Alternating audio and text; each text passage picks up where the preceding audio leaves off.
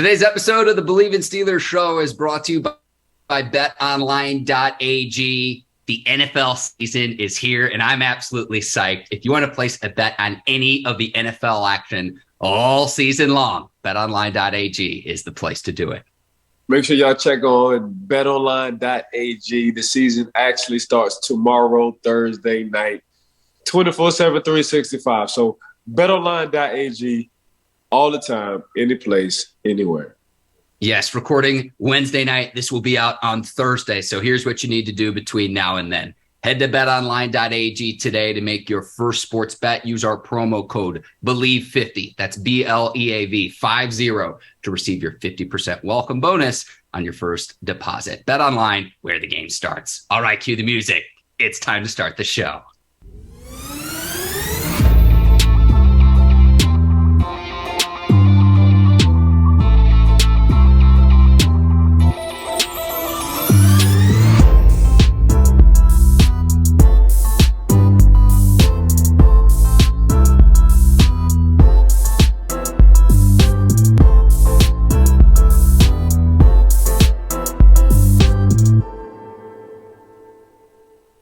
Welcome to the Bleav in Steelers show on the Bleav Network. I'm your host, Mark Bergin, joined as always by my guy, two-time Super Bowl champion and 12-year veteran of the Pittsburgh Steelers. A sleeveless Ike Taylor. IT football is back. I am psyched. Steelers, Bengals, it's all happening this weekend. Got football tonight between the Bills and the Rams. Recording this the Wednesday night, so be out on Thursday. I am so excited. The football season is here.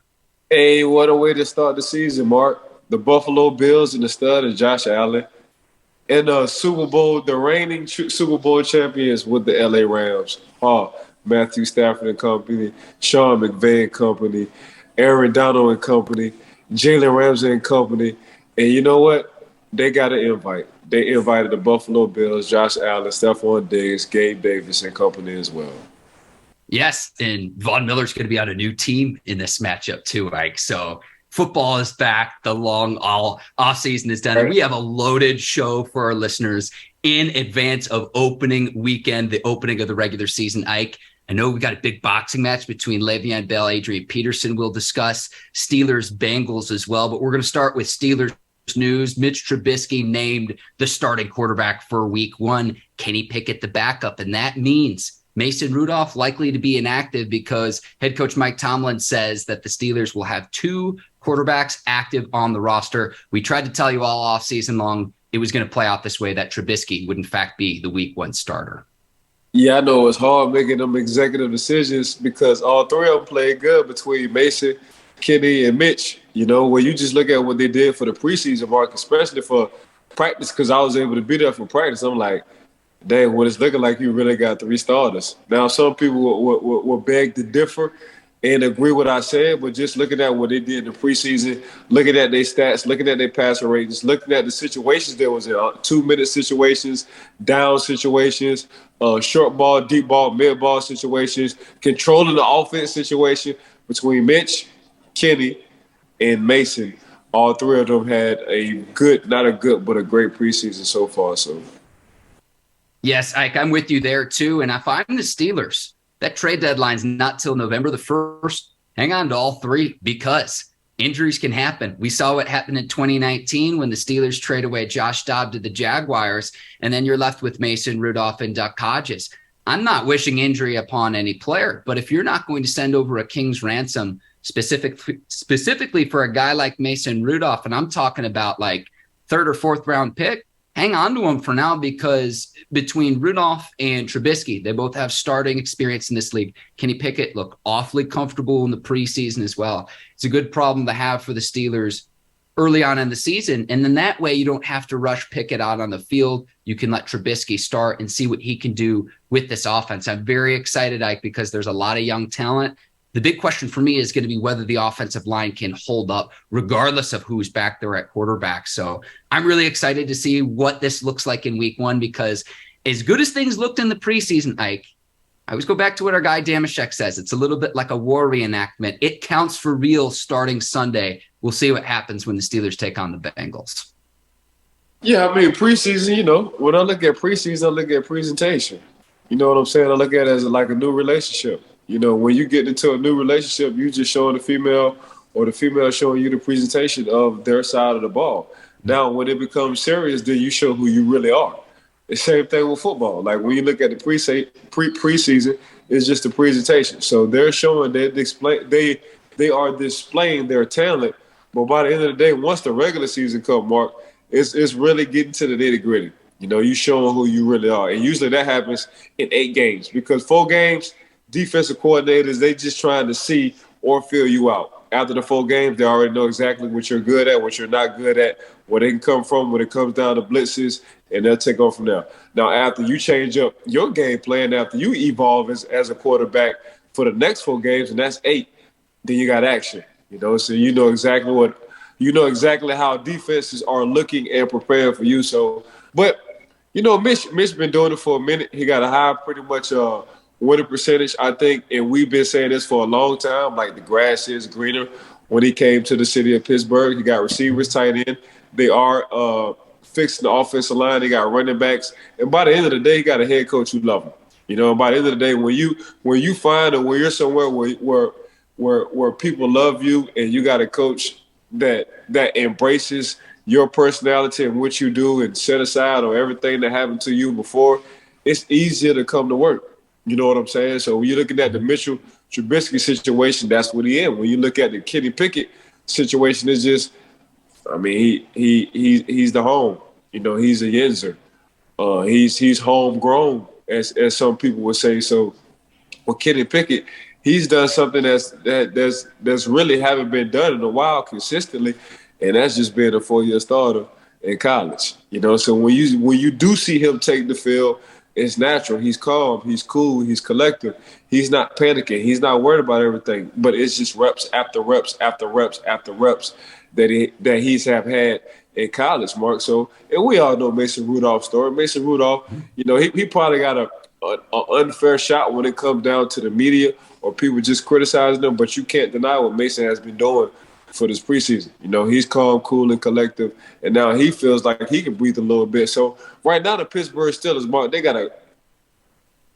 had a great situation when it comes down to having 3 quarterbacks that potentially, when you look at the passer rating, the situations they have been in the preseason and how they handle adversity, all of them get along well, and that's something that usually don't happen. But I got to tip my hat to Coach T for having that kind of locker room and that room where everybody understanding, yeah, it's going to always be competitive, but make sure you respect my decision making. Yeah, and speaking of Coach T, Ike, I'm glad I'm not the only one who has problems copying and pasting properly in my day-to-day life. And it was so funny to see the depth chart comes out, and it was like, okay, Pickett's the 3rd stringer, which honestly, not that big a deal. But I do think it's a feat that he beat Rudolph out for the backup spot, Ike. But to say that it was a copy-paste error, I make those kind of mistakes at work in my day job all the time, Ike.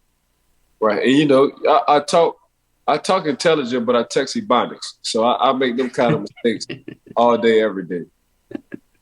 I'm just glad I'm not the only one. And honestly, it was like, man, is there more to this? That Rudolph is the backup and then he's the 3rd stringer. And it's just like, right. No, we copied and pasted it incorrectly. And again, I'm glad that this happens even at the highest level with Coach Talbot and company with the Steelers, Ike. And again, I think it's a tremendous feat by Kenny Pickett to be even the backup as a rookie and to beat Rudolph out because, look, Rudolph probably not a franchise guy, but he's capable of coming in for a game or 2 or for several games and at least weathering the storm. He's demonstrated that he can do that. He has a winning record as a starting quarterback in this league. So again, I don't think he's going to be Joe Burrow, or I don't think he's going to be the elite of the elite in the AFC, but there's nothing wrong with the quarterback having a backup role in this league and carving out a niche there and being the best you could be in that role. And that's what we'll have with Mason Rudolph as the 3rd stringer moving forward, Ike. I want to say this, Ike, I'm not sure if I've brought this up to you specifically. Going back to the draft when the Steelers drafted Pickett, you go back to 1983 when the Chief was in charge, Art Rooney Sr. I know the Rooneys wanted to draft another Pittsburgh quarterback in that draft, the guy by the name of Dan Marino, and they let him go with their 1st-round pick. So that wasn't going to happen twice when Pickett was on the board, the hometown kid right in your backyard playing for Pitt. It's no wonder that they drafted Pickett. I don't know if I've ever mentioned to you that before, Ike, but did some homework, did some research on that.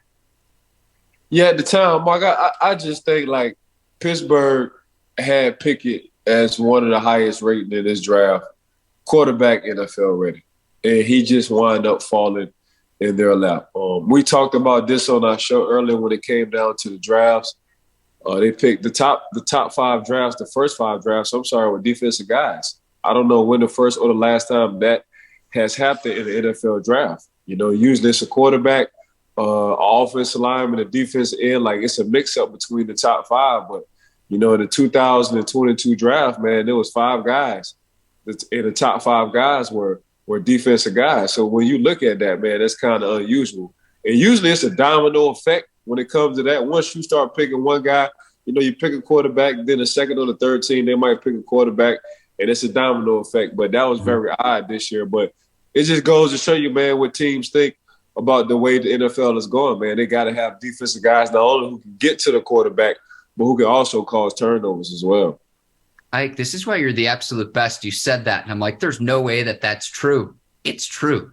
Oh, yeah. Trayvon Walker to the Jags, Hutchinson to the Lions, Derek Stingley to the Texans, Sauce Gardner to the Jets, and then Kayvon Thibodeau to the Giants. You said that, and it just didn't sound right in my brain. I'm like, there's no way that that's true. It's true. It's yeah. And that's 5 years. All right, let's move on to the depth chart and the captains, Ike. So Trubisky, the starter, Pickett, Rudolph, second and third string. A few other observations I had with the depth chart. Captains also named 2, Trubisky, one of them. We'll get to the captains in a second. Jaylen Warren as the backup. And if people listen to the Bleav in Steelers show, we predicted this even before the start of the first preseason game. I know you were boots on the ground at training camp in Latrobe, Ike, but if you'll go back and look at the timestamp, I got to give you your flowers yet again, Ike. You called it and you said Jaylen Warren's going to win the backup role. He's listed as the number 2 running back behind Najee Harris. Well, third eye see it coming, and your third eye is your gut. And they say your gut is probably your honest brain. And because usually us as humans, we tend to have a favorite on our style of what we like. So, we'll be biased in some of our decisions, but your gut and your intuition say no, believe it, see it, go with it, flow with it. And that's exactly what I did with Jaylen when it came down to backing up Najee. Believe it, see it, go with it, flow with it. You teach me something new every time we talk. Like, I just made that up. So you got to write it down for me because I'm definitely going to forget it. Believe it, see it, go with it, flow with it. Warren, the backup there, excited to see what he can do. An undrafted rookie out of Oklahoma State, short, stocky, low center of gravity. Excited to see what he can do because Najee Harris needs a Robin to his Batman. Kevin Dotson winning the starting left guard role over Kendrick Green. I hope Dotson can stay healthy. Dotson also went to your college, Ike, Louisiana Lafayette. So I know you're probably rooting for the hometown kid, but if Kendrick Green gets his opportunity and get back into the starting lineup anywhere on the offensive line, he's got to be ready in year 2. He has struggled, but we'll see what happens. Dotson has struggled to stay on the field. I've got my eye on the left guard position. Few other observations I made. Devin Bush winning the inside linebacker battle. I can't say that I'm surprised considering he's a former first rounder. You bring in Miles Jack. You bring in Brian Flores, Terrell Austin, first year as the defensive coordinator. And then the starting cornerbacks, you've got a base of Cam Sutton and Ahkello Witherspoon as your 2 starters at cornerback. Those are the observations I made with the Steelers releasing their depth chart earlier this week. Yeah, and everybody you named, like, they had good camps to be starters, so it was pretty much how they ended last year. How Pittsburgh ended last year other than the quarterback position and a few missing pieces on the offensive line. Stephon Tuitt wound up retiring because of his situation, and we all understand that. Devin Bush, he came back off his injury. He feels like he's better than ever, at least better than last year. You wind up in free agency getting the Miles Jack, and that's what Pittsburgh usually haven't done. Pittsburgh usually never go out of town. They usually stay in-house, and they play their drafted players. But, between Minkah Fitzpatrick, between Witherspoon, between Miles Jack, they acquired some guys, and Larry Ogunjobi.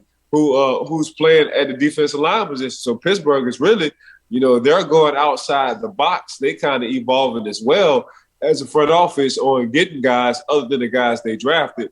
But it's a right now lead, and to do that and to see that from Pittsburgh, I respect the heck out of that, Mark. Yeah, Ogunjobi going against his former team this weekend too, in the Bengals. He played for the Bengals and the Browns before, so I'm excited to see what he can do in a Steelers uniform and see what he and Cam Hayward can do up front, controlling the line of scrimmage. I'm ready to have that dominant defense yet again, Ike. Yeah. Of course. Pittsburgh. When it comes down to the front seven and having sacks, not too many teams have had more sacks than Pittsburgh in the past 4 years. That's Pittsburgh specialty. And you gotta have some kind of personality and something you can hang your hat on when it comes down to the defensive side or the offensive side. And for Pittsburgh, it's like, all we do is get sacks all day. It's this crazy dichotomy, Ike, because they lead the league in sacks last year, but they're dead last in rushing yards allowed. I don't know if I've ever seen that before. And I'm talking any level of football, not just NFL, college or high school. I've never seen that before. Yeah, you got to hang your hat on something, and for it's not going to be like, we had a little bit of everything when I played, Mark. We was number one in pass defense and we was number two in rush defense. We did that for like 5 years. Mm-hmm. And I think out of my 12 years, I was probably outside the top 10 two of them years. So that's just what it was. We was 1-2, 1-2, 1-2 for a certain amount of years, and we hung our hat on that. But the vibe is different. These kids are getting paid a lot more money these days. Now 3 for 15 was good back in the day. If you're a superstar and an all-pro guy, you're doing 3 for 50. That's what you're doing right now. So it's just a little bit different, man. But you got to hang your hat on something right now with T.J. Watt being the former lead defensive of MVP. That says a lot. It says exactly what Pittsburgh want to hang their hat on. So, yeah, you can run on us occasionally. Well, a lot. But at the same time, man, it's one thing you're not going to do without having some kind of trouble around your feet, and that's throwing the ball. And we got two guys who get to the quarterback. Cam Hayward is too. We don't talk about him as an interior guy who gets a lot of sacks, hurries, and calls fumbles, but he's probably one of the best top two, depending on who you ask, when it comes down to interior linemen, getting to the quarterback and causing pressure and having sacks as well. He's great at getting his hands up too, Ike, and deflecting balls, and that leads to more turnovers and being opportunistic and setting your offense up to succeed. Cam Hayward, T.J. Watt, voted as captains of the Steelers. Mitch Trubisky and Najee Harris on offense. Miles Killebrew will represent the Steelers on special teams. I noticed Trubisky and Najee Harris are really the two that stand out to me, Ike, and just what that says about the confidence that the Steelers have in those two players. Did you have any other observations from the captains that got named from the Steelers team?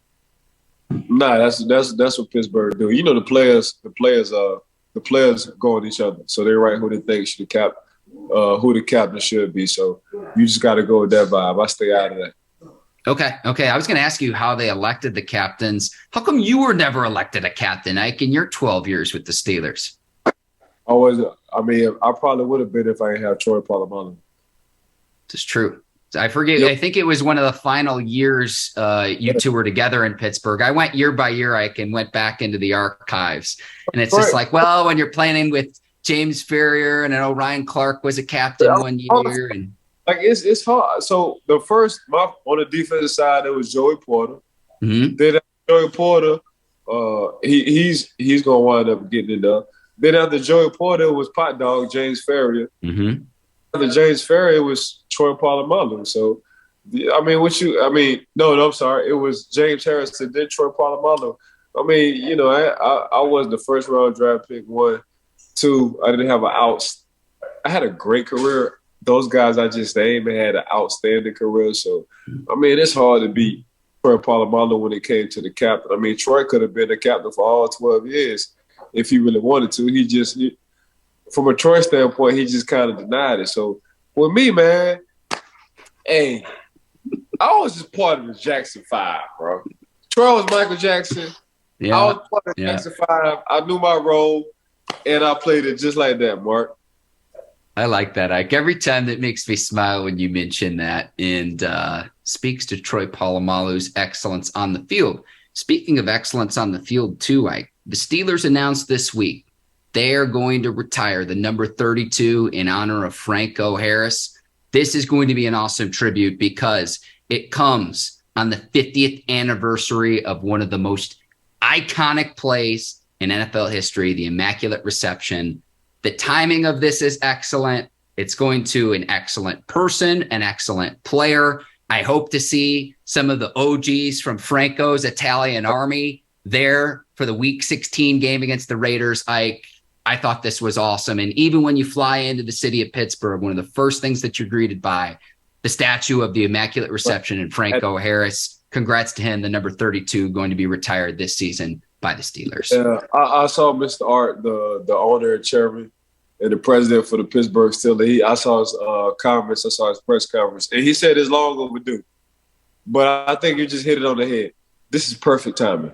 Not only is it perfect for the NFL, it's perfect for Franco. It's perfect for the city.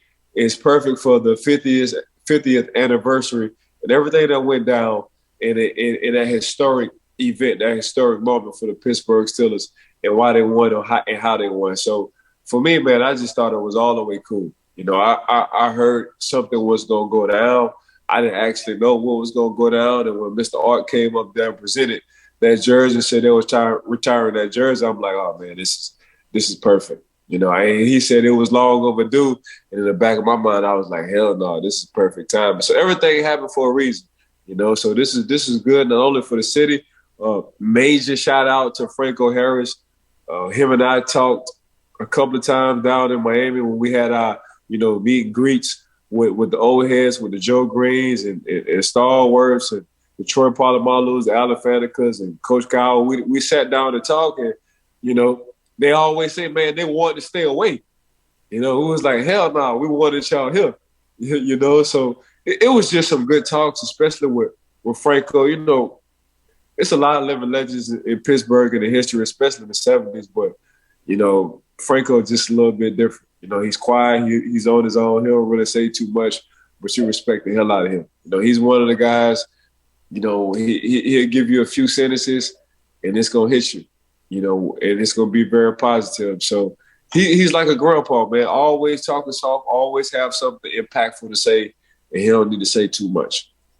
Ike, do you ever think about the culture that the 1970s Steelers helped establish, how that impacted you in your life, even 20, 30 years later, and then how that continues? Yeah, just from a football standpoint, we wanted to replicate the 2000 Pittsburgh Steelers, everything that 1970s Pittsburgh Steelers did. And that was loving each other, holding each other accountable, and football first. That was it. And Mean Joe Green was the head honcho, the El Jefe, when it came down to all of that, and we just wanted to replicate that. And the reason why we wanted to, because they had so much success, and you still see the 70 Steelers, a lot of them still staying in Pittsburgh. The Mel Blunts, the Francos. I know Mean Joe Green, he's back down in Texas, but you still got a lot of guys who still sitting up in Pittsburgh, and we talking about 1970s, and it's a reason why. But when you look at how they was winning, Mark, it was, just loving, holding each other accountable, being very unselfish, and we all having one goal. And the one goal was, winning Lombardies. And that's exactly what the Pittsburgh Steelers did. So once we took on that, once they started coming around a little bit more, man, it made everything like picture clip. So that's what I remember, man. We just wanted to replicate, and that was just super cool. The 70s Steelers, man, that was super cool. Then when you get to watch the Netflix videos, some of the Netflix videos, and you get to hear the stories not only from the 70s Steelers, but from everybody else. She was like, oh, yeah, social media definitely couldn't have been back in the game with it. So, them boys really living the life. There's a lot of great books about the lifestyle the 70s Correct. Steelers lived, Ike, that I would encourage any of our listeners or viewers to go on and read. They're tremendous. Again, a fitting tribute to a legend of, again, one of the most iconic plays in NFL history, Ike. So very excited to see that. And again, the rivalry against the Raiders, it was like the NFL's best. I mean, I know Steelers, Cowboys, but Steelers, Raiders was just, it goes back, it's going to be 50 years. Really, really excited to see this. And again, I was trying to figure out this week. I texted you. I'm like, do you have any idea what this will be about? Crickets. I didn't hear anything from you. And then I heard what it was. And it's like, this makes a lot of sense. Makes a lot of sense of how they handled it. And then Art Rooney announcing it as well. Fitting tribute to the legend. Correct. No, let's go. It's that time. It was perfect time with my thoughts. I think Troy Polamalu is going to be there one day too. We'll see. And I know they can't retire every single number, but he would be my guess for who could potentially be next in line. I think Troy Polamalu is a possibility further down the line for the Steelers. Maybe Ben Roethlisberger. We'll see. But I would guess, if I'm a guessing man, one of those two, Big Ben or Troy Polamalu, would be next. We'll see. Yeah, I hope they don't wait 50 years because I need to be around for that. I hope they do it soon. Well, we will move on. Sunday, you've got the Bengals and Steelers, and I wanted to just play a quick exercise with you. The Steelers win Sunday if. Take this in any direction you please.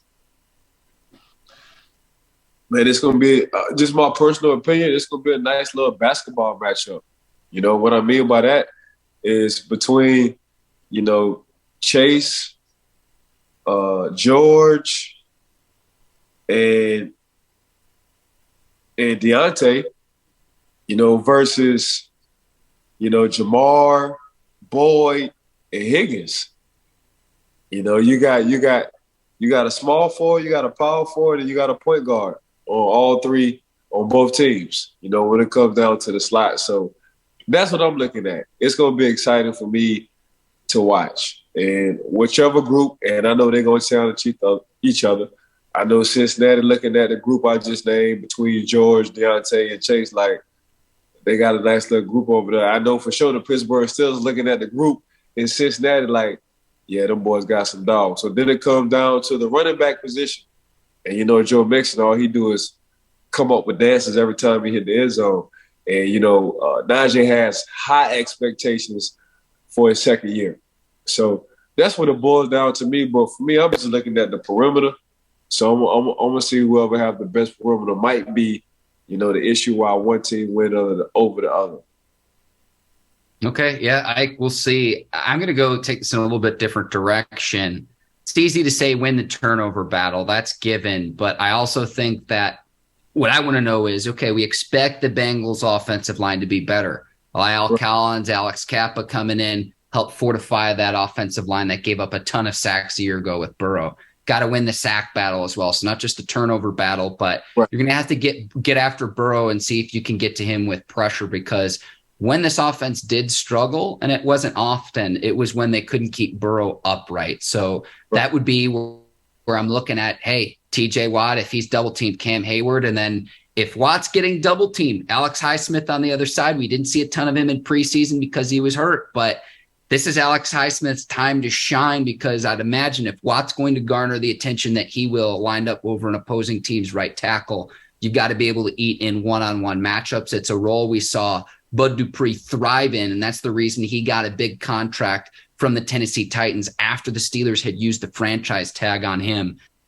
But if Watt's going to garner all the attention that he will, and he will as the league's reigning defensive player of the year, someone else has to take advantage of one-on-one matchups. I'm very excited to see what Alex Highsmith can do in Sunday's game. Gotcha. Makes sense. Okay, Ike, time for score predictions. And I know you're working for the Steelers now. I'm going to put you on the spot, though. Right. Who you got on Sunday? Between who? Pittsburgh. Oh, okay. We're going to play this game. Yeah, the Steelers and Bengals. We'll play this game. That's fine. Oh, yeah. It's going to be a good game, boy. Okay. So this is what Ike Taylor, the official scout for the Steelers, says. If you had like a little birdie in your head or some, like, let's say, what does, what would you say? What would you say if it was, hypothetical Ike, or maybe psychic Ike Taylor or clairvoyant Ike Taylor? The bird just came in my ear. Hummingbird just came in and said, between Pittsburgh and the Cincinnati Bengals. It's going to be a good game. Okay. Ike Taylor, I'll let you off the hook there. I got the Bengals. Look, I don't want to. Trust me, I know it's your co-host. I've got the Bengals winning 31-23. Our guy Ian Eagle's going to be on the call, but I just think the Bengals coming off the Super Bowl, I like what I saw from the Steelers in the preseason, but they're the top dog in the AFC. And really, it's funny because a lot of times the Super Bowl winner or the Super Bowl loser winds up playing worse the next year traditionally, and no one really expects that from this Bengals team this upcoming season. And we talk about how they upgraded their biggest weakness from a year ago, and that was pass protection. So if they're up to snuff and they're as good as they were claimed to be, and Burrow's really the guy in the AFC, and I'm talking about one of the AFC elite level quarterbacks, we'll see. But I'm very excited. Again, our guy Ian Eagle's going to be on the call. We talked to him last week here on the Bleav in Steelers show, Ike. So it'll be nice hearing a familiar voice. But my final score, Bengals 31, Steelers 23. That is my prediction for Sunday's game. Okay, you entitled to your own,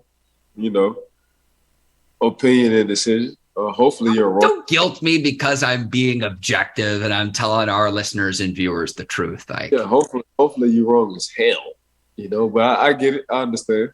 One thing I think the Steelers is in their favor. They play in the Eastern time zone for the entire 2022 season, least miles traveled throughout the NFL, like. And if you could still get that over-under win total at 7.5, I encourage our listeners and viewers, head to betonline.ag and hammer the over there.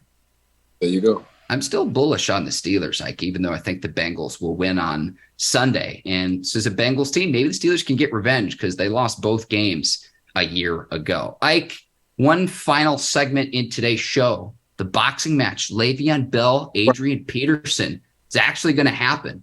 And so this is going to be in LA. Are you still planning on going to this one? Because I know you were initially going to go and it got rescheduled. Yeah, they set it back. So the first one I could have made, but this one, I don't know. I got to check out the schedule. AP, I love AP. I played against AP. He different. He a dog, Hall of Famer, all that good stuff. But I'm going to go with LB, man. And I ain't talking about linebacker. I'm talking about Le'Veon Bell. I know Le'Veon Bell been doing this for a minute, and he take this serious. So if I had some change to put on somebody between the two, I'm going to put some change on LB, man. That's exactly what I'm doing. I'm telling you, I'm going to put some change. I'm going to put some change on him. I'm going to put some change on him. I'm going to put some change on him. I said it 3 times, and if you say it 3 times and you from New Orleans, that means you serious. If you say it twice, that means you're going to die off of what you said. So I'm serious about this, Mark. Oh, man. I'm not going to say anything that's as entertaining as that, Ike. So I think we could just go ahead and call it a show. In all honesty, IT, you're the absolute best. And if you do end up going, that's on Saturday. Yeah. So you only got 24, 48 hours to decide. And I'll see on your IG, you'll just pop on and it'll be like, oh, Ike's ringside in LA, because that's how you roll. I know you. And one thing I do, I do live in the moment. I don't have time to think because I don't know that good man gonna go out and press that button and call me to come up there. So, if it's some moment or anything, it's a reason why they call me spontaneous. They don't call me spontaneous, they call me spontane. So they call me spontane for a reason because, man, at a blink of an eye, just like that, Mark, I could be in one state to the next state or a different country. IT, you're the absolute best. I'm excited to talk with you on Sunday again about NFL opening weekends. Really quickly, Bills, Rams, Thursday night tonight. I'm going to take Rams. Who you got in that one? Ooh, I'm gonna go with the Bills. I like Josh. Okay. BetOnline.ag is your place to do it. They're today's presenting sponsor of the Bleav in Steelers show. I want to thank you, Ike Taylor. I want to thank the Bleav Network, our video producers over at Brinks TV, led by John Brinkus, Courtney Vargas, Herbert Diaz, producer Yancey, and the whole crew over there, Ike. And thank you to the listeners and the viewers of the Bleav in Steelers show. Football is back. I am so excited. Yeah, make sure y'all give us a 5-star rating every time y'all tune in. Regardless on the platform, we'll stay entertaining. insightful. Mark and I always have personality. That would never be the issue. You know what I'm saying? So make sure, and major props to betonline.ag, Brink TV, a huge shout out to Bleav Podcast, and a major shout out to my dog, Mark Bergin. Man, love y'all. Appreciate y'all. Make sure y'all tune in and stay tuned for what we got coming up on Sunday. We'll probably post it, the following day. So, hey, make sure y'all get your ice wagon, you. Oh, yeah. There you go. I'm always repping this till I'm in the dirt. So, thanks for tuning in. Mark, go close it up, and I'm going to say the peace. For Ike Taylor, I'm Mark Bergin. Thank you for watching the Bleav in Steelers show, and enjoy Sunday's action. Steelers, Bengals. We'll see you next week. Until then, take care, and so long, everybody. Peace.